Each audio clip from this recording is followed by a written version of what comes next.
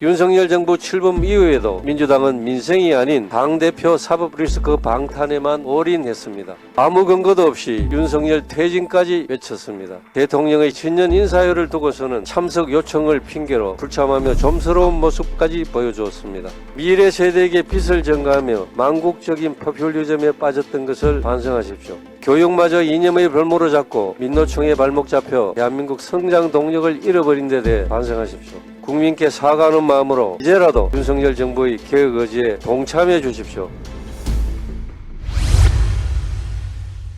우리 정치권 역시 더 큰 책임감으로 국민께 희망을 드릴 수 있도록 해야 할 것입니다. 그러기 위해서는 우리는 2023년을 대한민국의 미래를 준비하는 개혁의 원년으로 만들어야 합니다. 지금 대한민국에 불어닥친 절박한 위기는 오히려 개혁을 통해 한 발 더 나아갈 수 있는 절호의 기회이기도 합니다. 윤석열 대통령께서도 그제 신년사를 통해 노동, 교육, 연금의 3대 개혁에 대한 의지를 재차 천명하셨습니다.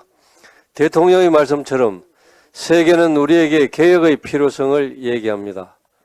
4차 산업혁명 시대를 맞아 다시 한번 도약하는 대한민국을 위해 노동개혁은 피할 수 없는 과제입니다. 대한민국의 미래를 이끌어 나갈 훌륭한 인재를 양성하고 아이들이 교육 현장에서 진정 원하는 교육을 받을 수 있도록 하는 것은 어른들의 책무입니다. 그런 의미에서 교육개혁 역시 더는 미룰 수 없는 정치권의 의무입니다. 당장 고갈을 걱정해야 하는 연금은 이대로 두었다간 미래 세대에게 엄청난 재앙으로 다가올 것은 불을 보듯 뻔한 일입니다. 연금개혁은 미래를 대비하는 시대 정신인 것입니다. 문재인 정권 5년간 꺼져가던 개혁의 불씨를 윤석열 정부가 다시 살리려고 합니다. 지난 5년간 내 집 마련의 꿈을 잃었던 서민들에게 다시 그 꿈을 되찾아드리고 지난 5년간 일할 기회를 잃었던 청년들에게 다시 그 기회를 드리려 합니다. 노동의 현장에서, 교육의 현장에서, 사회 곳곳에서 이제 개혁을 통해 다시금 성장 동력을 되살리고 미래를 준비하고자 합니다. 무엇보다 민주당의 변화가 요구됩니다. 그동안 민주당은 거대 의석을 무기로 임대차 3법 등 온갖 악법들을 밀어붙이며 민생을 악화시켰습니다. 윤석열 정부 출범 이후에도 민주당은 민생이 아닌 당대표 사법 리스크 방탄에만 올인했습니다.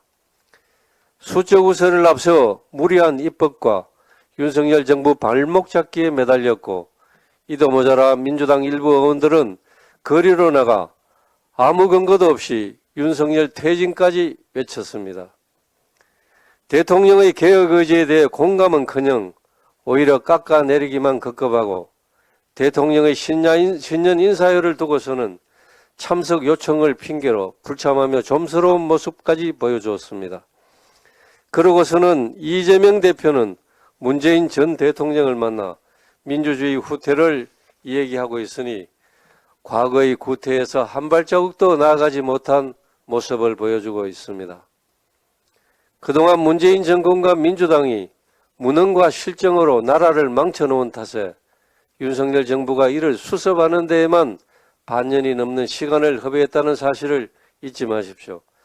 지금 윤석열 정부가 하려는 개혁들에 전 정권과 민주당이 조금만 관심을 가졌더라도 지금 국민들의 삶은 훨씬 나아져 있을 것입니다. 민주당에게 그리고 이재명 대표에게 촉구합니다. 미래 세대에게 빚을 전가하며 망국적인 포퓰리즘에 빠졌던 것을 반성하십시오. 교육마저 이념의 별모로 잡고 민노총에 발목 잡혀 대한민국 성장 동력을 잃어버린 데 대해 반성하십시오.